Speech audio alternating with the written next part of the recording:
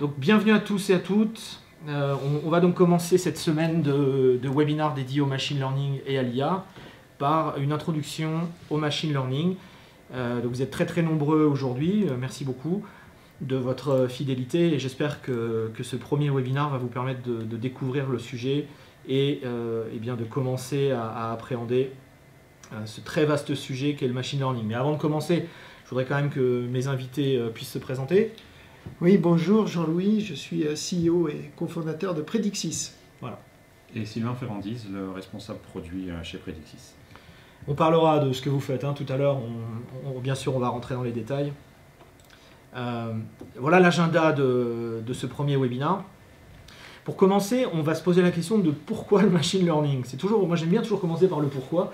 J'aime bien commencer par à quoi ça sert, pourquoi est-ce qu'on a besoin d'un nouveau jouet technique, pourquoi est-ce que les outils traditionnels ne permettent pas de répondre aux problèmes.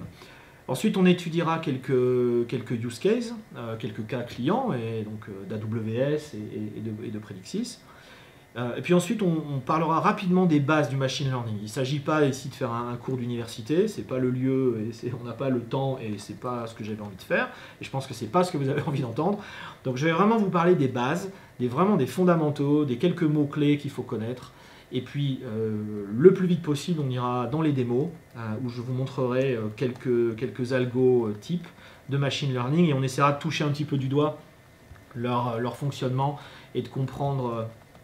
De construire un peu d'intuition autour de ces algos. Et puis bien sûr, comme d'habitude, on répondra à vos questions. Alors pourquoi le machine learning? Alors sans doute, dans vos entreprises, vous travaillez déjà avec de la donnée.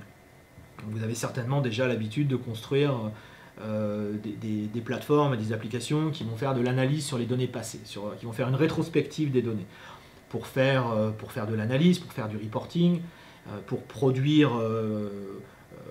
à des fins de production ou pour les métiers, eh bien, tout un tas d'analyses, de documents, de rapports qui vont montrer les tendances du passé, les chiffres de vente, la progression des abonnés, etc., etc.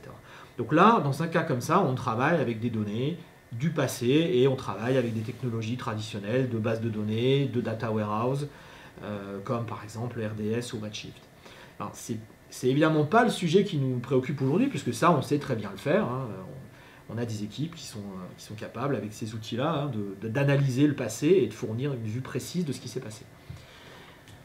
Le deuxième sujet, c'est le présent. On veut savoir en temps réel ce qui se passe. On veut savoir en temps réel ce qui se passe chez les clients, ce qui se passe sur la plateforme, ce qui se passe sur le site web. Et donc on va construire avec des outils souvent de streaming, comme Kinesis par exemple, eh bien on va construire des applications, des dashboards qui vont nous donner une vue instantanée. Donc voilà, les gens parmi vous qui font des ops sont forcément dans leur bureau une télé avec du monitoring, des métriques, des KPI, etc. Et puis les autres également, que ce soit des chiffres d'affaires, des métriques de production dans l'usine, etc. Donc bref, la vue instantanée. Et puis il reste évidemment la troisième partie qui est le futur, c'est-à-dire la capacité à prédire ce qui va se passer, ou ce qui pourrait se passer, avec un niveau de confiance et une probabilité relativement élevée. Et le rôle du machine learning, c'est ça, c'est le futur. Donc le machine learning, c'est la technologie qui, sur la base d'un jeu de données que vous allez lui fournir, va détecter des tendances, des motifs, et pour ne pas dire des habitudes, si on parle d'utilisateurs, et donc va les utiliser pour faire des prédictions sur de nouveaux échantillons qui se présenteront donc dans le futur. Donc on va utiliser de la donnée passée pour essayer de comprendre des tendances, comprendre des comportements, et prédire des nouveaux comportements sur de nouveaux échantillons. Okay, donc le machine learning, c'est le futur. Et donc, pour faire du machine learning, eh bien, il faut des données, c'est essentiel. Le jeu de données, on va en parler beaucoup pendant cette semaine. Donc, tout commence toujours par la construction d'un jeu de données. Et puis, on va passer dans un processus de machine learning qu'on va détailler aujourd'hui. Et grâce à ça, on va pouvoir rendre les applications plus intelligentes, parce qu'au lieu de se baser sur une programmation explicite, sur le code de l'application qui effectue des traitements, on va pouvoir grâce à ces modèles de prédiction, eh bien, détecter ou prédire ou deviner, utilisez le mot que vous préférez, eh bien, des événements qui vont se produire dans le futur.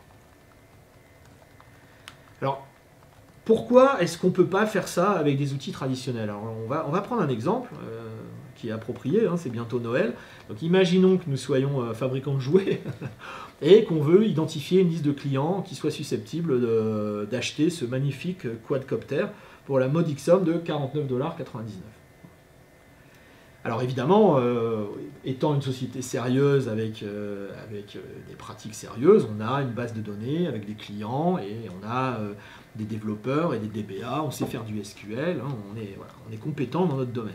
Donc on va se dire, bon, bah, commençons par faire une première requête qui va identifier les clients qui ont passé une commande dans les 30 derniers jours, hein, les clients actifs. Voilà. Votre équipe CRM vous expliquerait ça mieux que moi. Les clients actifs sont a priori des gens qui vont continuer à acheter. Donc sortons une première liste de clients qui a commandé depuis moins de 30 jours. Et puis on pourrait se dire, oui, mais là on veut vendre des jouets, donc est-ce qu'il ne faudrait pas zoomer un petit peu sur les jouets? Donc regardons des clients qui ont acheté un jouet il y a moins de 30 jours. Et puis on pourrait dire, oui, mais un jouet, bon voilà, si les gens ont acheté des poupées ou des peluches, bon, c'est peut-être pas tout à fait le même public qu'un acheteur de gadgets, et de drones et de trucs comme ça. Donc on va chercher des gens qui ont déjà acheté un produit dont la description contient le mot hélicoptère. Voilà, donc ils ont déjà acheté peut-être un hélicoptère télécommandé, donc on peut se dire, voilà, on peut avoir l'intuition qu'ils vont être intéressés par le quadcopter. Mais en même temps, on n'a pas envie de perdre le fait que quelqu'un qui achète beaucoup de jouets, il a peut-être envie de continuer à acheter des jouets. Donc on va chercher des clients qui ont acheté un hélicoptère il y a moins de 60 jours, ou des clients qui ont passé 2 commandes pour un total supérieur à 200 € dans le mois écoulé, depuis moins de 30 jours. Ce qui paraît être une règle métier raisonnable. Voilà, ils ont acheté beaucoup il y a moins de 30 jours, peut-être qu'ils sont en train de faire leur course de Noël, et donc ils vont continuer à acheter. Okay, bon, c'est pourquoi pas, essayons.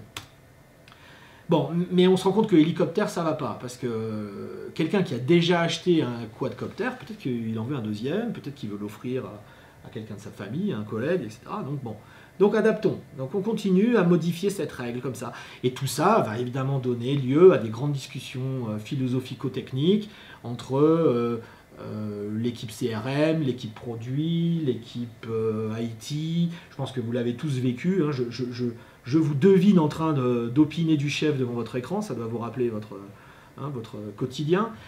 Et donc on va discuter, on va vraiment discuter comme ça, j'allais dire ad nauseam, hein, oui, mais est-ce qu'il faut mettre copter, est-ce qu'il faut mettre autre chose? Bon, et puis on essaie d'arriver à une espèce de consensus. Bon, et puis quelqu'un va dire non, mais en fait, c'est pas bon, voilà, 90 jours, c'est pas bon, mettons 120 jours, et puis peut-être que 200 € c'est trop. Il n'y a pas tant de gens que ça qui ont dépensé 200 € en 30 jours. Donc, bon, on va mettre 150 et puis on va essayer et puis on voit. Et on continue comme ça, et on continue comme ça, et ça marche pas. Voilà. La conclusion de ça, c'est que ça marche pas. Parce qu'on se base sur des présupposés, on se base sur des avis, des convictions. Et ces fameuses règles métiers qui viennent polluer le code de vos applications, qui viennent polluer les tables de vos bases, au fil du temps, s'empilent,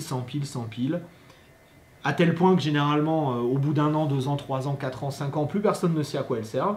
Le gars qui les a ordonnées ou le gars qui les a implémentées n'est plus là. Mais personne n'ose toucher. Je l'ai vécu, donc je vais évidemment pas vous donner de nom, mais voilà. Où on disait, ou dans le code, on voyait, si le if client égale blablabla, end product catégorie égale blablabla, et ben on faisait ça. Et puis il y avait un enchevêtrement de règles métiers, qui est un terme poli pour dire des hacks, qui s'empilent, et qui finalement nuisent à la lisibilité du code, nuisent parfois au bon fonctionnement de l'application, et puis malheureusement n'ont généralement plus aucun sens, si tant est qu'elles en aient eu à un instant T. Bon. Donc cette solution-là, c'est une impasse, et c'est l'objectif du machine learning de régler ce problème, et de dire, au lieu d'essayer de deviner, de combiner, de magouiller sa donnée avec des avis plus ou moins divergents, eh bien, on va éliminer complètement cette approche et on va laisser le machine learning faire. C'est le machine learning qui doit apprendre quels sont les clients qui sont les plus susceptibles d'acheter un quadcopter à 49,99 $. C'est vraiment le fondement du machine learning, c'est on ne programme pas explicitement les choses, on prend un algorithme, on prend des données et on laisse l'algorithme apprendre les données. Voilà. C'est ça l'objectif du machine learning. Alors quelques exemples très concrets. Un cas d'application fréquent du machine learning, c'est de stocker et d'apprendre des données utilisateurs. On a vu un exemple à l'instant. Est-ce que mes clients, quels sont ceux de mes clients qui sont les plus susceptibles d'acheter ce produit? Ça, c'est voilà, le cas, j'allais dire canonique, hein, de la relation client.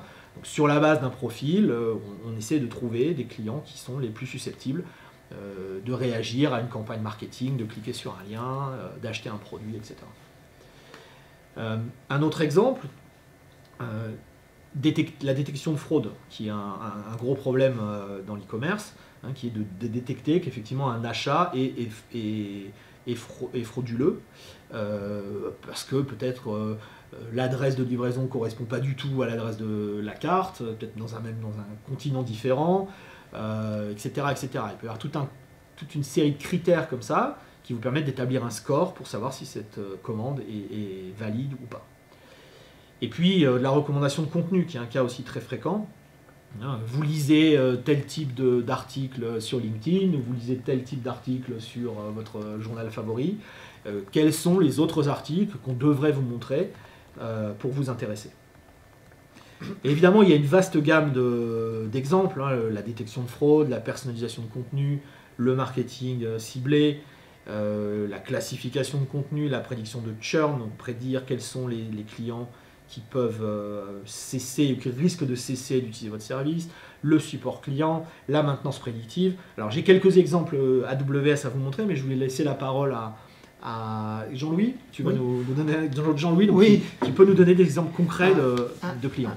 Un exemple classique, hein, c'est le churn prediction, c'est-à-dire anticiper le désabonnement d'un client. Donc on a plusieurs de nos clients qui font cela. Je citerai le cas de la Banque Postale, où les utilisateurs ne sont pas des experts, tu y reviendras Julien, ne sont pas des experts du tout en machine learning, ils connaissent leur métier, ils connaissent les datas, et ils avaient un besoin qui était de connaître les clients à risque de résilier leur assurance 2 mois avant l'échéance de celle-ci pour pouvoir engager des campagnes de rétention. Donc, eh bien, l'intérêt du machine learning, ils n'ont pas codé ces règles métiers, ils ont fait apprendre sur les données, donc 2 jours pour tester si les données parlaient, et ensuite la mise en production. Tu y reviendras aussi, mais ça c'est très important, c'est être capable de donner des listes de clients appelés au call center. Et ça, tout ce process a duré 4 semaines, c'est-à-dire la partie apprentissage avec la machine et le câblage dans l'entreprise. Donc c'est extrêmement rapide, et les résultats, c'est 30% d'amélioration des campagnes, immédiatement. Ah oui, c'est super significatif. Et surtout dans un délai court. Parce que là, on a bien entendu, c'est un projet de 4 semaines. 4 semaines mise en production quand même chez un gros assureur français. Ouais. Donc avec des process, avec des règles, hein, on ne fait pas les choses n'importe comment. Etc. Et pourtant, on le fait en 4 semaines. Voilà. Et ça, un projet classique, si on le fait sans machine learning, automatique, dans une infrastructure qui ne serait pas aussi celle d'AWS, qui a toutes les briques aussi pour aller très vite, c'est des projets de 6 mois minimum. Ok, super intéressant. Sylvain, tu avais un exemple à nous donner? Oui, parce qu'effectivement, il y a ce cas qui est très représentatif d'un cas de scoring en ce qu'on appelle en batch, par paquet, mais on a aussi effectivement des clients, typiquement Assure People, qui utilisent la solution sur des contextes de lead scoring. Donc l'objectif est d'arriver à savoir quels sont les clients qui méritent finalement de recevoir une offre ou quelque chose qui les amène à convertir, sachant que, mais évidemment, il y a des clients, on a beau les actionner, ça ne changera pas leur décision, qu'elle soit positive ou négative, donc il faut être un peu plus fin et être capable, en temps réel, de savoir lesquels doivent être accompagner. Oui, parce que ces campagnes, elles ont un coût. Enfin, il faut Exactement. préciser, c'est que on a toujours l'impression qu'envoyer des mails ou faire appeler des gens par un call center, c'est pas coûteux, mais si, c'est coûteux. Exactement. Donc, sans compter le fait qu'être sollicité pour des trucs qui ne nous intéressent pas, ça a aussi un effet négatif. Il y a toujours ce facteur expérience utilisateur Voilà. qui n'est pas mesurable, mais qui est toujours effectivement mieux géré par du machine learning au final. Et avec, dans ce cas-là, une capacité à scorer en temps réel les leads à accompagner, avec des résultats qui sont montés jusqu'à 30% de réduction finalement. D'accord, donc là aussi, de ces il y a actions des améliorations marketing. importantes. Ben, on verra tout à l'heure, hein, quand on parlera, dans le deuxième webinaire, on parlera d'Amazon Machine Learning et d'architecture. On rentrera en plus dans les détails de la solution de Predixis. Donc si ça vous intéresse, surtout restez avec nous. Alors quelques exemples qu'on connaît tous. Voilà, ça c'est la tête un extrait de la tête de ma homepage Amazon hier. Donc vous aurez vite compris quels sont mes goûts musicaux. Et puis vous aurez sans doute compris que je suis aussi en train de faire les courses de Noël. Donc voilà un exemple de recommandation de produits pour moi et pour mes enfants manifestement. Lié à tout simplement ma navigation et mon utilisation du site Amazon. Donc ça, tout ça, c'est du machine learning. Un autre exemple d'Amazon, qui est plutôt un exemple back-office cette fois, donc le problème qu'on essaie de résoudre ici, c'est lorsqu'un client appelle un call center Amazon, comment est-ce qu'on peut identifier l'interlocuteur le mieux à même d'aider ce client. Sachant qu'on a des milliers de catégories de produits, que tout le monde ne peut pas être un expert de tous les produits, et que si on a un problème de console de jeu, il vaut mieux tomber sur quelqu'un qui s'y connaît, et que si on a un problème d'outils de jardinage, il vaut mieux tomber sur quelqu'un qui s'y connaît. Et donc, pour résoudre cette combinatoire infernale entre le nombre de clients, le nombre de catégories, le nombre de produits, le nombre de problèmes, Amazon a implémenté des modèles de machine learning qui sont invoqués pendant que vous faites l'appel. C'est-à-dire, quand vous composez le numéro du call center, pendant que l'appel est routé, donc on va identifier le numéro d'appel évidemment, on va identifier le client, et donc sur la base du profil de ce client et de ses dernières commandes, on va faire des appels à des modèles de machine learning pour essayer de prédire quel est son problème le plus probable et router cet appel vers la bonne personne. Tout ça en quelques secondes, quoi. Pendant le bip bip bip bip bip de la communication, et bien voilà comment on peut optimiser aussi une expérience de support client. Alors, quand j'ai découvert ce truc-là, je me suis dit, c'est incroyable. Enfin, je trouve ça vraiment extraordinaire. Vraiment un cas d'usage inédit et hyper puissant étant donné l'échelle d'Amazon. Alors voilà un autre cas d'utilisation chez un client, un gros client dans le secteur financier qui s'appelle FINRA. FINRA, c'est le plus gros régulateur des marchés financiers, le plus gros régulateur privé des marchés financiers américains. Donc leur job, il est facile à expliquer, hein. Ils observent toutes les transactions sur les marchés financiers américains. Ils les ingèrent et ils essaient de détecter les choses suspectes, pour ne pas dire illégales, pour ensuite les signaler aux autorités. Donc vous imaginez le travail, il faut donc ingérer des dizaines de milliards de transactions par jour, et puis la nuit, parce que quand le marché est fermé, faire tourner des modèles de machine learning qui vont essayer de détecter ce qui pourrait être bizarre, suspect, voire illégal. Et donc ils font ça avec des modèles qui sont construits sur Amazon EMR, qui est un service dont je parlerai demain, qui est l'environnement Hadoop managé d'AWS, et ils utilisent jusqu'à 10 000 nœuds Hadoop en parallèle pour faire ça. C'est un nombre incroyable. Imaginez si vous deviez construire un cluster de 10 000 nœuds Hadoop en propre. Je pense que votre directeur financier aurait un infarctus avant même que vous lui ayez détaillé le projet. Et donc avec EMR et l'élasticité de l'infra AWS, on peut démarrer 10 000 nœuds et on peut le faire de manière économique, et j'en parlerai demain. Et grâce à cette approche, FINRA estime qu'ils économisent environ 20 millions de dollars annuellement en infrastructure, ce qui est un chiffre sympathique. Un autre exemple dans le monde de l'industrie, c'est une société qui s'appelle Ambient. Et donc, ils ont tout simplement inventé un puits de forage de pétrole autonome. C'est-à-dire que, typiquement, un opérateur de puits doit tous les jours faire le tour de ces puits, vérifier qu'il n'y a pas de panne, vérifier qu'il n'y a pas de fuite, vérifier que le truc fonctionne. Et évidemment, ça a un coût et ça ne permet pas non plus de détecter les problèmes très vite. Hein. Peut-être que le problème se produit une demi-heure après la dernière visite, et donc il faut attendre 24 heures. Et donc ici, Ambient, grâce à du machine learning, est capable d'optimiser la production du puits, donc de savoir quand est-ce qu'il faut pomper, pendant combien de temps, à quelle vitesse, etc. Donc ce qui permet effectivement de maximiser le rendement quand il faut, et puis d'économiser le matériel quand il n'y a pas besoin de pomper ou que les conditions ne sont pas les bonnes. On fait de la détection de panne, donc la maintenance prédictive. Si le puits détecte un problème, détecte un risque de panne, un risque de fuite, etc., il va le signaler avant pour qu'effectivement un technicien puisse venir et intervenir sur le site. Voilà, et tout ça s'appuie là aussi sur le machine learning. Donc vous voyez, le machine learning, c'est pas juste pour le site web, c'est pas juste pour la finance, c'est aussi beaucoup pour l'industrie, autant pour des raisons d'optimisation de coûts que des raisons de maintenance. Voilà quelques exemples. On en donnera d'autres tout au fil de la semaine, bien évidemment, mais on va rentrer maintenant un peu dans le vif du machine learning. Donc, le machine learning, finalement, l'objectif du machine learning est assez simple. L'objectif du machine learning, c'est pour une entrée, d'accord, pour un échantillon d'entrée qu'on va appeler X, pourquoi pas. Alors ça peut être ce que vous voulez, ça peut être un profil utilisateur, ça peut être, comme on l'a dit tout à l'heure, ça peut être un article de journal, ça peut être ce qu'on veut.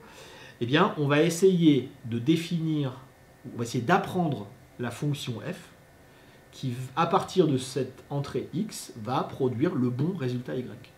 D'accord ? Donc, par exemple, pour un article de journal, ça peut être trouver le thème principal de cet article.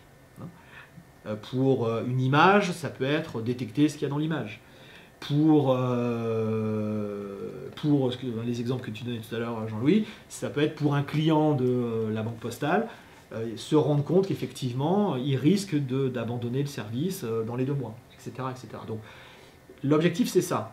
On connaît notre échantillon. Dans notre jeu de données, on connaît les résultats. Dans la plupart des cas, on a des données historiques. On va y revenir tout à l'heure. Et donc, à partir de ces données historiques, on veut apprendre et construire un modèle qui va nous permettre de prédire le bon résultat pour les nouveaux échantillons. D'accord ? Et donc, ce qu'on appelle un modèle, c'est un algorithme, qui est souvent un algorithme standard, on en verra quelques-uns dans 2 minutes, un jeu de données que vous allez construire et faire ingérer à cet algorithme, et puis des paramètres qui vont être appris par l'algorithme pendant l'analyse du dataset. Okay, donc c'est vraiment ces 3 trucs-là, un algorithme, un jeu de données, et puis des paramètres qu'on a appris, que l'algorithme a appris sur le jeu de données. La combinaison de ces 3 sujets, c'est le modèle. Alors, quelques exemples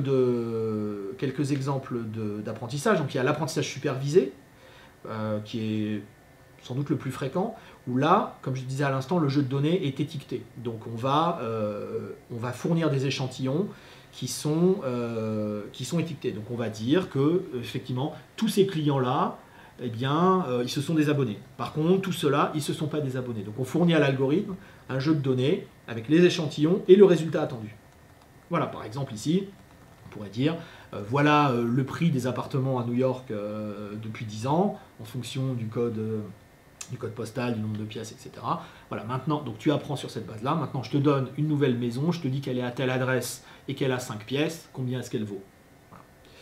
Ensuite, il y a l'apprentissage non supervisé, où là, on va donner un dataset qui n'est pas étiqueté. Donc, on va juste donner des échantillons. Okay, donc, cette fois, on va dire, voilà 100 000 profils clients. Okay, regroupe-les en 100 groupes cohérents. Construis 100 groupes. Et maintenant, je te montre un nouveau client. Et tu me dis à quel groupe il ressemble le plus. Voilà. Donc là, on donne des données non étiquetées.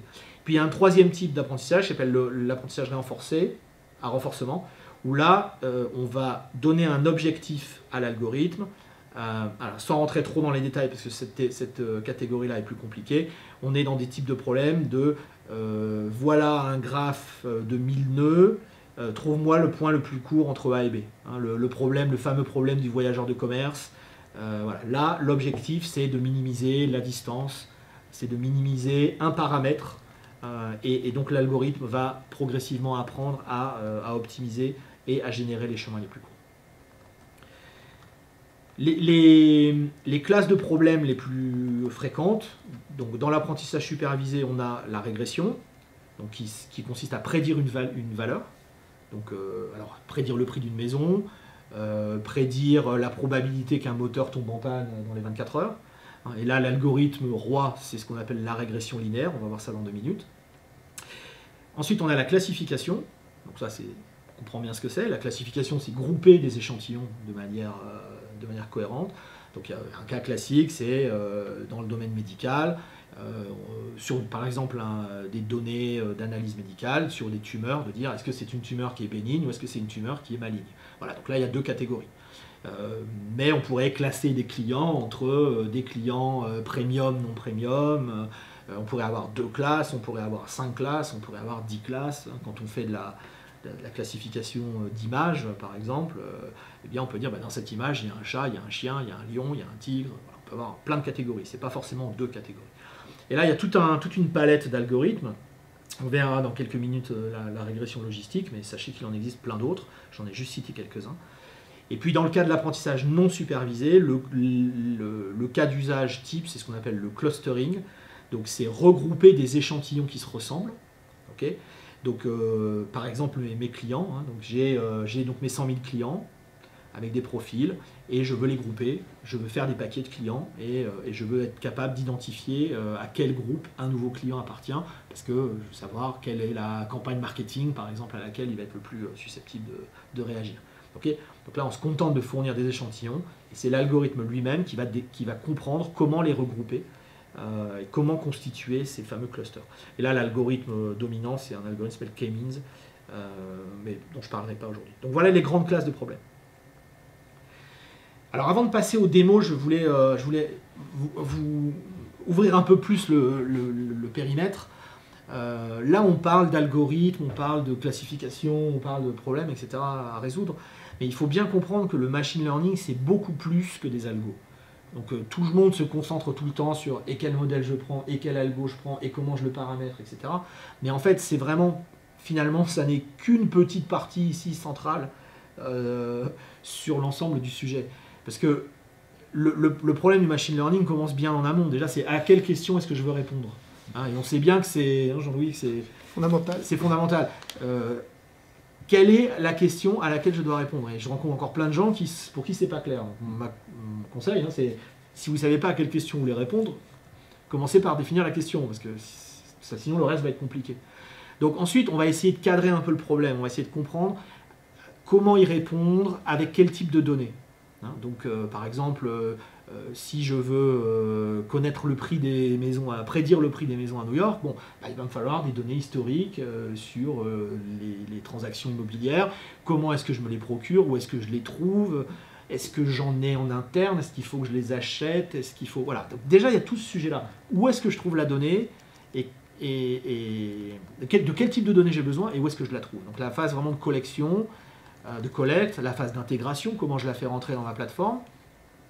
Ensuite, il va falloir la nettoyer, il va falloir la visualiser, et seulement ensuite, on va rentrer vraiment dans le machine learning à proprement parler. Donc on va rentrer dans la définition des features, on va rentrer dans l'entraînement, l'évaluation, etc. On verra ces étapes un peu plus en détail dans le deuxième webinaire.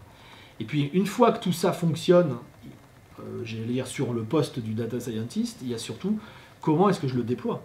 Comment est-ce que je l'amène en production? On en parlait tout à l'heure. Cette flèche-là, la flèche du passage en production, c'est sans doute l'étape la plus difficile. Et on verra tout à l'heure comment on peut y répondre. Donc on voit vraiment que l'algo, certes c'est important, mais il y a tout un ensemble de briques et d'étapes indispensables en amont et en aval de la construction du modèle. Et vraiment j'insiste sur ce point, il faut avoir ces services, Jean-Louis l'a dit tout à l'heure, il faut avoir du stockage, il faut avoir du calcul, il faut avoir de l'analytics, il faut avoir des outils de déploiement. Donc il faut une plateforme robuste pour pouvoir faire tout ça. Alors, passons aux démos. Alors on va commencer par une première démo qu'on va faire contre toute attente dans Excel. Et vous allez tout de suite comprendre pourquoi. Donc on va faire une régression linéaire dans Excel. Alors évidemment, j'ai un jeu de données qui est très simple. Donc concentrez-vous pour l'instant sur les colonnes bleues, ok, d'accord, et sur le graphe qui est à côté. Donc vous voyez ici, j'ai 10 échantillons, X, de 1 à 10, et puis pour chaque échantillon, j'ai une valeur, d'accord. Bon, et puis quand je trace ces points, bon, ça me donne ça. Bon, c'est pas vraiment c'est pas tout à fait une droite, mais on sent que c'est pas loin d'être une droite. Donc le but du jeu maintenant, c'est est-ce qu'on peut trouver la meilleure droite qui passe par ces points. Alors comme on est tous allés à l'école, on sait qu'il y a une formule mathématique qui nous permet de faire ça, mais ici on va le faire avec un algo de machine learning. Okay. Donc cet algo, il a pour but de trouver ces deux paramètres, donc W0 et W1. Vous reconnaissez ici l'équation d'une droite, fonction affine. Et donc je veux trouver ces deux paramètres, W0 et W1, qui vont me permettre ici de tracer la meilleure droite possible. Okay. Alors comment est-ce qu'on va faire? Eh ben, on va faire ça très simplement. On va partir de deux valeurs initiales. On va prendre 0, parce qu'on ne sait pas par quoi commencer. Donc on va commencer par 0, pour ces deux valeurs. Ok, donc les voilà. Et donc pour mon premier point, eh bien, je vais calculer la valeur prédite. Donc ici, c'est 0 plus 0 fois 1, donc ça fait 0. Bon, d'accord. Et donc l'erreur de prédiction, c'est-à-dire l'erreur entre la valeur prédite et la valeur réelle, c'est moins 1. D'accord? Donc voilà, mon erreur sur cette prédiction initiale, c'est moins 1. Donc l'erreur est négative. Donc l'hypothèse que je vais faire, c'est que si je bouge W0 et W1 dans le sens inverse, c'est-à-dire si je les augmente positivement, d'un petit pas, eh bien, je vais sans doute me rapprocher de la vérité, progressivement. Okay. Donc ici, je répète, j'ai une erreur négative. Donc, je vais calculer W0 et W1. D'accord. Je vais multiplier tout simplement cette erreur de prédiction. Je vais changer son signe d'abord. Et je vais la multiplier par une petite valeur que j'appelle le learning rate, le taux d'apprentissage. Okay. Et donc, cet algorithme, c'est ce qu'on appelle le SGD, donc Stochastic Gradient Descent, et c'est tout ce que je dirais sur ça pour l'instant. C'est un algorithme qui, de manière itérative, va me permettre de me rapprocher des bonnes valeurs. Alors, vous allez voir. Donc, ok, donc là, j'ai mis W0 à 0,01 et 0,01 aussi pour W1. Et je fais ma deuxième prédiction. D'accord? Donc je fais 2 fois 0,01 plus 0,01, donc ça me donne 0,03. Et donc cette fois, mon erreur de prédiction, c'est moins 2,47. OK. Et je continue. D'accord? Donc je prends cette erreur de prédiction. Elle est toujours négative. Donc je la repasse positive. Et je rajoute à W0 et W1, au W0 et W1 antérieur, eh bien, cette erreur positive multipliée par 0,01. OK? Et ça me donne ça. Et je continue. D'accord? Et je continue. Et je continue. Et je continue. Et donc, au bout de quelques itérations, donc là, vous voyez, j'aurais passé 2 fois tout le dataset, et bien, je me rends compte que finalement, mon erreur de prédiction que je trace ici, elle a tendance à se rapprocher de 0 et à osciller autour de 0. Donc, progressivement, je commence à me rapprocher de valeurs de W0 et W1 qui sont un peu plus correctes. OK ? Alors, poussons l'exercice encore un petit peu. Donc on va le faire voilà, encore 3 ou 4 fois. Donc on voit progressivement, j'ajoute toujours, ou je soustrais, quand l'erreur est positive, à W0 et à W1, bien des petites quantités qui me permettent de converger. Et donc je vois finalement que ma fonction d'erreur, voilà, elle oscille autour de 0. Alors parfois j'atteins 0, parfois je suis un peu autour. Bon, mais je sens quand même que je ne suis pas très loin du bon résultat. Mon erreur est pas mal. Et quand je vois la courbe qui est tracée à la fin, donc là c'est la courbe qui va correspondre, la droite qui va correspondre à ces deux valeurs de W0 et W1, je me rends compte qu'elle n'est pas si mal. Elle n'est pas si mal. Elle est un peu basse peut-être. Et puis c'est vrai que si je regarde ma courbe d'erreur, je me rends compte que j'ai tendance à rebondir un peu de part et d'autre. Alors ce que je pourrais peut-être faire, c'est me dire, tiens, à partir de ce point-là, au lieu d'utiliser 0,01 comme learning rate, peut-être que je vais prendre 0,01. 0,001, pardon. Okay, histoire de faire des plus petits pas, des plus petits ajustements. Donc je vais le changer ici. Voilà, je vais passer sur mon learning rate affiné et je vais juste recalculer ces quelques points-là. Et je me rends compte que, ah, c'est pas mal, voilà, mes oscillations sont plus petites. Et ma droite, elle est un peu mieux, elle est remontée un petit peu. Et si je continuais, je finirais par avoir une droite assez parfaite. Ok? Alors, qu'est-ce que ça nous apprend, ça? Ça nous apprend qu'on peut, avec un algo simple comme ça, de manière sur la base d'un jeu de données, on peut automatiquement apprendre des bons paramètres. D'accord? Donc ici, c'est un cas qui est très simple. On essaie d'apprendre les bons paramètres pour une droite, mais la régression linéaire, on pourrait la généraliser à une fonction à 50 paramètres, si on voulait. Et donc, à partir du moment où il y a une relation linéaire entre l'entrée et la sortie, eh bien, on peut, comme ça, de manière itérative, apprendre quels sont les bons paramètres. Et on voit sur cet exemple-là qu'il y a tout un tas de bonnes questions à se poser. C'est-à-dire, ici, je suis parti de 0 et de 0, mais il y avait peut-être de meilleures valeurs. Par exemple, si j'essayais, je ne sais pas, 0,5 et 0,5, est-ce que c'est pas mieux? Regardez ma droite, elle est mieux. Hein. On va le refaire. Ça, c'est 0,0. Si j'étais parti de 0,5, 0,5, je me rends compte que ma droite, elle est bien, hein, elle est meilleure. Donc, c'était un meilleur point de départ. La question, c'est comment le trouver. Comment est-ce qu'on choisit le learning rate? Hein, là, je suis parti de 0,01, mais si j'étais parti de 0,1, par exemple, voilà, là, on voit que ça ne marche pas du tout. On ne converge pas du tout. Ah, ça ne va pas. Et puis, si j'étais parti de 0,01 directement, on se rend compte que... Ou 0,001, on se rend compte que on a du mal à apprendre. Quoi. La droite, vous voyez, voilà, elle a du mal à monter. Donc, un learning rate trop grand, ça ne va pas. Un learning rate trop petit, ça ne va pas. Donc, là aussi, il y a des questions à se poser. Donc, quand est-ce qu'il faudrait le réduire? À quel moment est-ce qu'il faut que je le réduise pour que mes oscillations et ma fonction d'erreur se rapprochent de 0? Ça, c'est une vraie question. Et puis, pendant combien de temps il faut que je fasse ça? Là, je l'ai fait pendant 6 ou 7 itérations. Bon. Vous voyez, donc, même sur un exemple comme ça, tout simple, on touche du doigt, hein, les messieurs, les spécialistes, on touche du doigt les vraies problématiques du machine learning. C'est pour ça que je voulais vous le montrer dans Excel. Parce qu'on voit que ce n'est pas un problème de code, finalement, c'est vraiment un problème de quels sont les choix qu'on va faire, quel est l'algorithme qu'on prend, quels sont les poids qu'on va choisir, quel est le learning rate qu'on va choisir, etc. etc., etc. Okay. Alors, on va quand même faire la même chose avec du code. On va faire la même chose avec du code.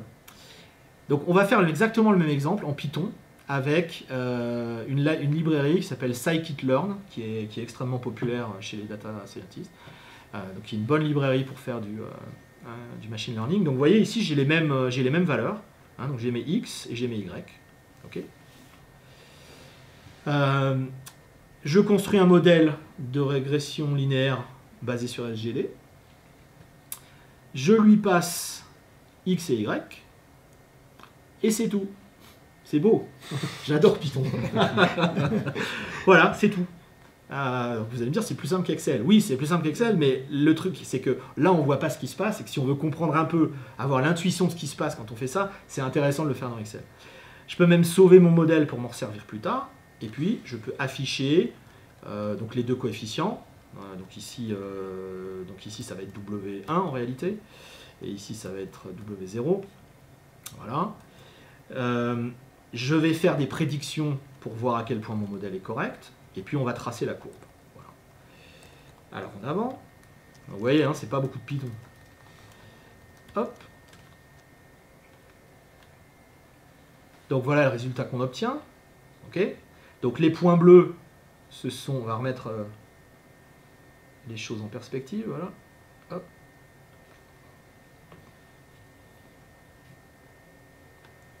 Voilà, donc les points bleus, alors l'échelle n'est pas tout à fait la même, mais on devine. Les points bleus sont les mêmes que tout à l'heure, et la droite orange ici, c'est la droite qui a été calculée par Scikit. Et finalement, on voit que mon bricolage de tout à l'heure n'était pas si mauvais. Voilà, là j'avais W0 égale à 0,53 et 0,68. Et ici j'obtiens 0,13 et 0,74. Donc j'étais pas très loin. Il aurait fallu que j'entraîne encore un petit peu mon modèle dans Excel. Okay, donc voilà un exemple vraiment tout simple, hein, voyez, où en quelques lignes de Python, eh bien, on arrive à faire une régression linéaire. Donc ça, c'est du machine learning. C'est un exemple simple, avec un tout petit dataset, mais c'est du machine learning. Voyez, quelques lignes de code. Et puis, un dernier exemple, donc une régression logistique. Alors la régression logistique, si vous vous souvenez, c'est un algorithme de classification. Donc ici, je vais utiliser un dataset sur des iris, sur les fleurs, qui mesure quatre propriétés de 3 variétés d'iris différentes. Donc la longueur des pétales, etc. etc. Okay, et pour la petite histoire, ce dataset date de 1936. C'est assez amusant. Donc on va charger le dataset. Ce dataset, donc il va avoir des échantillons. Donc il va y avoir, pour chaque échantillon, il va y avoir 4 valeurs numériques, on va les voir. Il va y avoir une target, donc un label, qui va être 0, 1 ou 2, qui va être le type d'iris concerné. On construit le modèle, on l'entraîne, okay, et puis ensuite on prédit, et on va afficher les résultats. Donc vous voyez, c'est vraiment entraîner le modèle, c'est littéralement ici une seule ligne de code. Une seule ligne de code. Okay. Alors on va l'exécuter, et on va regarder un peu la qualité de cette régression.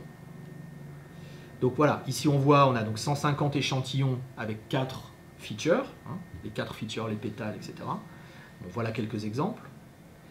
On a 150 labels. Alors ici, les 10 premiers que j'ai affichés sont tous de la même catégorie à 0. Et donc ensuite, quand on entraîne le modèle et qu'on reprédit les 150 échantillons, eh bien on obtient un certain nombre de métriques ici. Donc on voit, alors je ne rentre pas aujourd'hui dans ces détails-là, on en reparlera sans doute tout à l'heure, mais on voit des métriques pour chacune des catégories. Donc on voit que par exemple la catégorie 0, donc cette catégorie d'iris-là, elle a été parfaitement prédite. Donc il n'y a aucune erreur. Sur les 50 échantillons qui sont dans le dataset, on n'a aucune erreur. Sur le deuxième, on a quelques petites erreurs. Sur le troisième, quelques petites erreurs. Okay, voilà, donc on voit ici ce qu'on appelle la matrice de confusion. Donc on voit, ça c'est donc la catégorie 1, donc les 50 échantillons ont été prédits correctement. La catégorie 2, donc il y en a 45 qui ont été prédits correctement, 5 qui ont été prédits incorrectement comme étant de la catégorie 2. Ici on a la catégorie 3, donc 49 qui ont été prédits correctement, et 1 qui a été incorrectement prédit comme étant de la deuxième catégorie. Voilà, ce qu'on appelle la matrice de confusion. Okay, donc vous voyez, en 20 lignes, j'ai mis beaucoup de commentaires, il n'y a même pas 20 lignes de code. En 20 lignes de code, on arrive à faire un petit classifieur. Okay, donc voilà 2 exemples d'apprentissage supervisé, une régression linéaire pour prédire une valeur, donc prédire la droite qui passe par le point, et une régression logistique ici pour faire de la classification d'items. Voilà ce qu'on pouvait dire pour ce premier webinaire. On va passer aux questions. Je voulais juste finir sur cette citation de Jeff Bezos, qui est le fondateur d'Amazon, qui est une citation récente, qui montre à quel point le machine learning et l'IA sont importants pour Amazon et pour AWS et pour les clients d'AWS. On est vraiment dans une époque où la technologie a fait des sauts énormes et on va le voir tout au fil de la semaine. Voilà, quelques ressources supplémentaires pour creuser les sujets. Donc voilà, scikit-learn dont j'ai parlé tout à l'heure.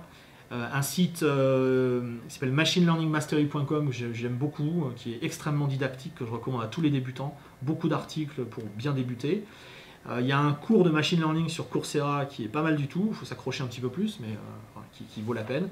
Et puis nos amis de Predixis sont en train de monter un cours, je vais les laisser en parler, pendant que je regarde déjà les questions. Oui, en effet, notamment avec toutes les annonces de nouveaux services AI et ML disponibles sur AWS, il y a un vrai besoin et on souhaite apporter une formation là-dessus, un vrai besoin d'être capable de construire un peu tout le workflow qu'on a vu tout à l'heure sur un de tes slides, mais de manière vraiment concrète sur des cas, pour répondre à des cas métiers.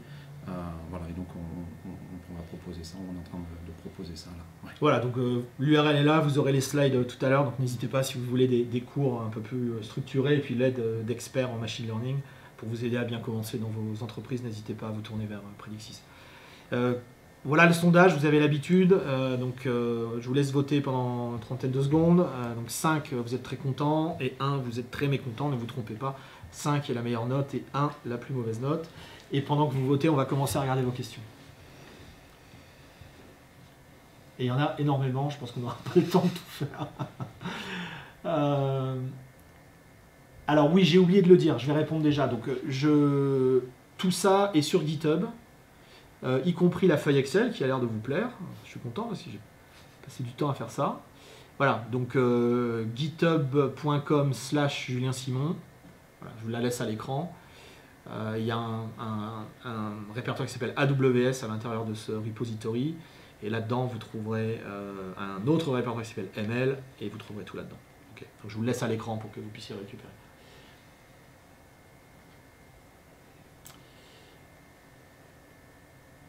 Alors, on avait... oui, et les slides aussi, vous les aurez. Hein, je pense que Hugo va vous les partager si ça n'est déjà fait. J'ai oublié de le préciser tout à l'heure.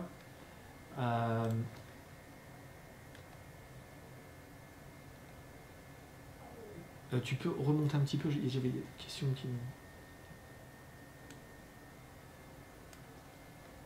Alors, Jean-Louis, quelles sortes de données sont utilisées dans le cadre du churn prediction à la banque postale? Je ne sais pas si ce sont des données... dans la mesure des de données, ce voilà, de dire, ce qu'on peut dire. C'est classiquement des données historiques, comme tu l'as dit, Julien. Les clients ont un comportement, donc il y a des clients qui se désabonnent et des clients qui ne se désabonnent pas. Donc après, il y a toutes les données que toutes les entreprises ont sur leurs clients, hein, les appels au call center, les demandes de remboursement suite à un sinistre, toutes les données classiques que les assureurs ont pour faire leur travail. Donc ces données, en fait, le machine learning peut en dégager des profils, des patterns. Donc le profil de la personne qui va se désabonner. Donc on va regarder les clients qui sont désabonnés, ceux qui ne sont pas désabonnés, et la machine va apprendre, comme tu l'as fait avec une droite, c'est un peu différent là, c'est du supervisé, et va sortir les variables qui expliquent le fait qu'un abonné va partir dans les 2 mois avant la fin de son contrat. Donc ce profil-là va être appliqué aux données chaudes, on va dire les données de personnes qui sont encore en cours de contrat, et va permettre de dire, étant donné que le profil de ce client est très proche du profil du client qui a résilié, il y a un risque fort que ce client résilie, ou alors il est très loin, donc il n'y a pas de risque a priori de le faire. C'est toujours le même principe, qu'on fasse du churn, qu'on fasse de la détection de panne, c'est est-ce qu'on est proche du profil ou pas. Alors, il y avait une question qui était intéressante que j'ai vue en bas, je ne sais plus qui l'a posée, pardon, sur est-ce que Big Data et Machine Learning vont bien ensemble. La réponse est oui, vous l'avez bien compris en voyant le scope du Machine Learning, voilà ici. C'est vraiment... oui, on retrouve, j'aurais bien aimé citer, mais voilà, c'est une question de Laurent. Donc c'est une bonne question parce qu'effectivement, la phase de collecte, de nettoyage, de préparation des données est vraiment essentielle. Hein, si les données sont sales ou s'il y a des valeurs manquantes ou incohérentes, etc., le modèle ne va pas bien fonctionner. Donc avoir en amont, et on verra un peu ça demain lorsqu'on parlera de MR, en amont de la modélisation, en amont du machine learning, c'est vraiment important d'avoir effectivement un pipeline de données qui va regrouper, collecter, nettoyer, normaliser, etc. Donc oui, lorsqu'on le fait à l'échelle en production, on a absolument besoin de ça. J'ajouterais que le V qui est important du big data pour l'intelligence artificielle, c'est la variété en fait. Oui. Votre intelligence artificielle sera d'autant meilleure qu'elle ait accès à un plus grand nombre de sources de données qui capturent un plus grand nombre de comportements de manière brute.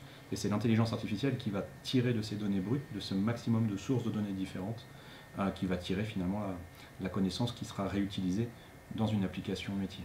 D'accord. Alors il y avait une question un peu plus haut aussi qui était intéressante sur est-ce que le learning rate est forcément toujours le même pour tous les paramètres. Alors ici dans mon exemple, dans ma feuille Excel, histoire de faire simple, j'ai choisi effectivement d'avoir le même learning rate pour mes 2 paramètres. Mais on pourrait tout à fait envisager d'avoir des learning rates différents pour les 2 paramètres. Et il y a même des algorithmes, des variations de l'algorithme SGD qui sont automatiquement capables d'adapter le learning rate par paramètre. On en parlera un petit peu lorsqu'on fera du deep learning plus tard dans la semaine. Ici, on est resté sur un exemple simple, mais vous avez raison, c'est un des paramètres. C'est un des paramètres importants. Il y a une question sur les prix qui est très importante. Oui, vas-y. Je peux pas. Donc effectivement, le but du machine learning, c'est une question de Fouad. Non, c'est pas réservé aux grands groupes. C'est ça la révolution du machine learning. C'est-à-dire qu'aujourd'hui, sur Amazon, tu démarres ton projet de machine learning. Hein, c'est pas 6 mois, 8 mois, c'est quelques heures de travail pour voir si ça commence à donner des résultats. Et ça coûte quelques dollars. Donc c'est vraiment une rupture aussi dans la barrière d'entrée. Et ça n'est plus du tout réservé aux grands groupes. Exact. Alors il y avait une autre question, quelle est la différence entre machine learning et deep learning? Alors je prends un joker, on va parler de deep learning plus tard dans la semaine, hein, pas de souci. Et vous inquiétez pas, on va rentrer dans les détails. Si je dois répondre en 10 secondes, le machine learning travaille sur des données structurées où les features, donc les colonnes, on les voit ici, elles sont bien nettes et bien apparentes. Dans le deep learning, on va travailler sur des données non structurées comme des images ou de la voix où les variables ne sont pas apparentes et où ça va être le rôle du modèle de les apprendre automatiquement. Alors, je crois qu'on a encore un peu de temps pour quelques petites questions rapides.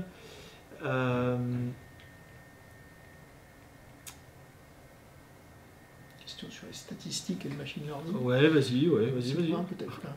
Laquelle? Celle de Alan Beignet.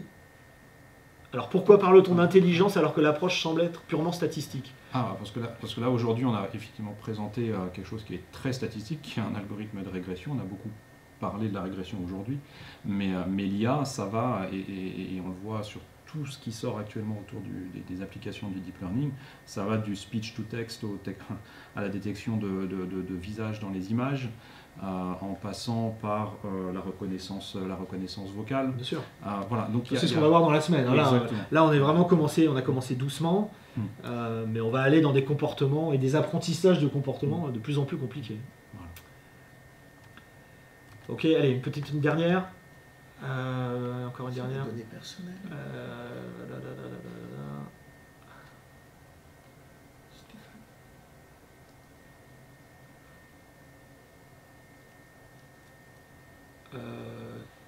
Comment... Alors, attends, tu peux remonter encore un peu haut? Je crois qu'il y avait des choses qui...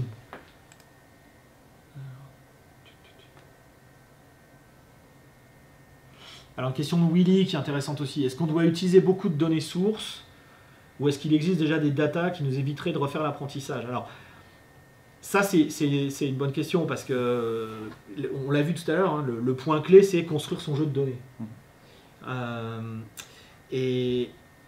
Et ici, bon, si on parle de churn, de prédiction de churn, de choses comme ça, oui, il va falloir le faire sur ses propres clients. Mais par exemple, si on voulait faire, on pourrait imaginer que, je sais pas, je dis n'importe quoi, l'industrie bancaire partage de manière anonyme des jeux de données sur le comportement de tel ou tel type de client, etc., et qu'on se les échange et qu'on puisse travailler. Donc à partir du moment où il y a des jeux de données qui correspondent à votre secteur d'activité et qui peuvent vous aider à prédire, ça peut être intéressant de les regarder. On verra quand on parlera de deep learning plus tard dans la semaine, pour tout ce qui est justement images, reconnaissance d'images, vidéo, etc. Il y a beaucoup de jeux de données qui existent déjà. Donc on peut d'une part les récupérer et apprendre, puis on peut même récupérer des modèles qui ont déjà été entraînés sur ces datasets et se contenter de les utiliser en les affinant un petit peu. Donc la problématique du dataset est toujours centrale. Okay. Voilà, on n'a plus de temps, donc on va faire une pause de 3 minutes et puis on vous retrouve dans quelques instants pour le deuxième webinaire donc sur Amazon Machine Learning. Merci beaucoup, à tout de suite.